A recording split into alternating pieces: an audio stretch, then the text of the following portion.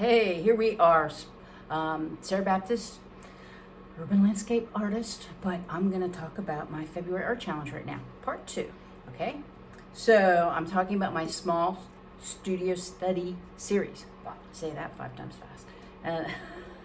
I'm going to talk about 2 more paintings that I did using my regular palette and my limited palette. I talked a lot about that in part 1, so you can go back and look at that. Or you can go check out my blog at sarahbaptistart.com. Talk about that, a little bit about that there, but I'm not going to go into that again here. But I'm going to have 2 examples. You'll see the difference. Here is the one painting I did. I have a lot of doorways in my house, and part of what I kind of wanted to do is with this painting is the layers. And here I am in, I have this through the doorway, going through another space, try to get the essence of that. And, dealing with light and dark, that's what I was trying to kind of achieve, going through a space and looking through, and the whole light and dark thing. So this is my regular palette painting, and I will show you here is the limited palette painting. So, and then I'll show you them both together. So, what do you think? Let me get back here. I really, I kind of feel like with the limited palette, there's a little less activity. You get a little more sense of that light and dark happening. And so in that sense, the limited palette one is maybe a little more successful.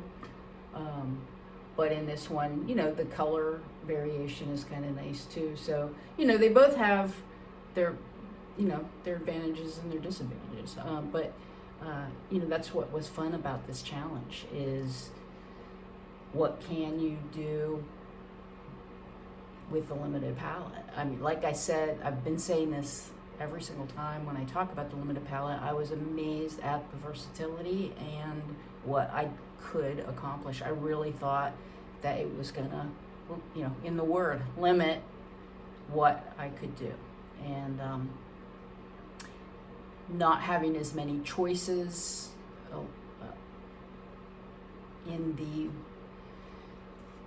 variety of paint just, allowed me to focus on value and hue and the contrast, light and dark, and kind of made it a little simpler to focus on the design and the painting.